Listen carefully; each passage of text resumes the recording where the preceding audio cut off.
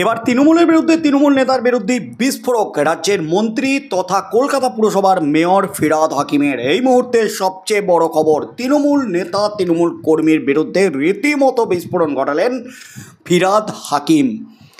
ফিরহাদ হাকিমের গায়ে হাত তোলা, এমনই কিন্তু বিস্ফোরক দাবিতে এবার তুমুল শোরগোল পড়ে গেল একেবারে রাজ্য রাজনীতিতে। ফিরহাদ হাকিম যা বার্তা দিলেন তৃণমূল নেতাকে, তাতেই কিন্তু হইচই পড়ে গেল গোটা রাজ্যে।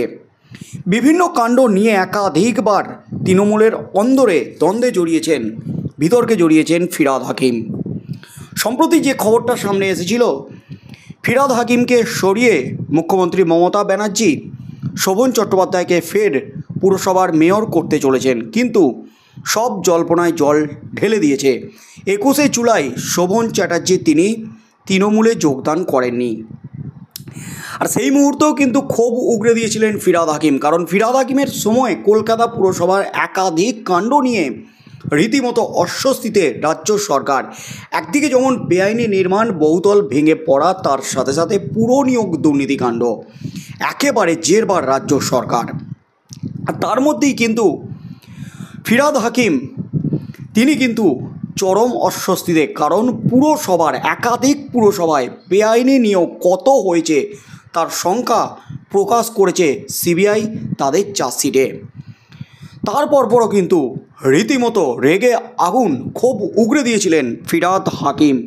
শুভেন্দু অধিকারীকে কেন গ্রেপ্তার করছে না? নারদ মামলায় আমাকে গ্রেপ্তার করলে শুভেন্দু অধিকারী এখনও কেন গ্রেপ্তার হচ্ছে না? এমনই প্রশ্ন তুলে দিয়েছেন ফিরহাদ হাকিম।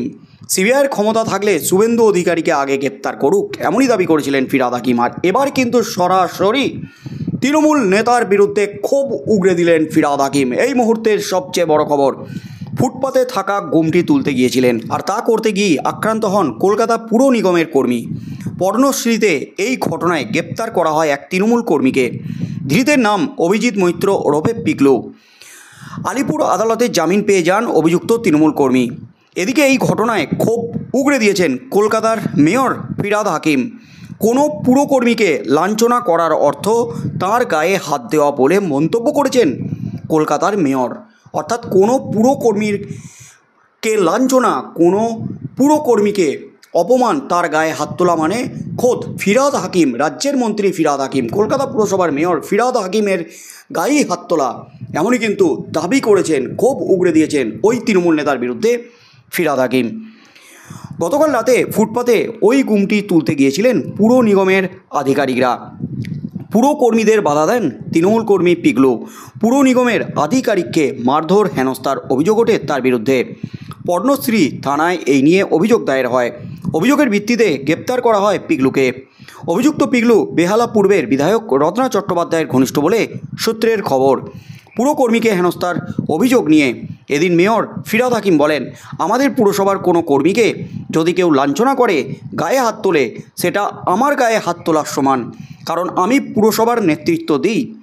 কলকাতা পুলিশকে ধন্যবাদ জানাই অভিযুক্তকে গ্রেপ্তার করার জন্য। মুখ্যমন্ত্রী বলেন, অভিযুক্ত যেই হোক না কেন, আইন তার কাজ করবে। পুরকর্মীকে হেনস্থার অভিযোগ নিয়ে ফিরহাদ যখন ক্ষোভ উগরে দিলেন, তখন গ্রেপ্তারির কয়েক ঘন্টার মধ্যে জামিন পেয়ে গেলেন পিকলু। এদিন আলিপুর আদালতে জামিনের আবেদন জানিয়ে পিকলুর আইনজীবী বলেন, তার মক্কেল সমাজসেবী ঝামেলা মেটাতে গিয়েছিলেন, হঠাৎ গ্রেপ্তার করা হয়। বিচারক জানতে চান, ওই সরকারি কর্মচারীর কোনো নথি রয়েছে? তদন্তকারী অফিসার জানান, তার কাছে কোনো নথি নেই।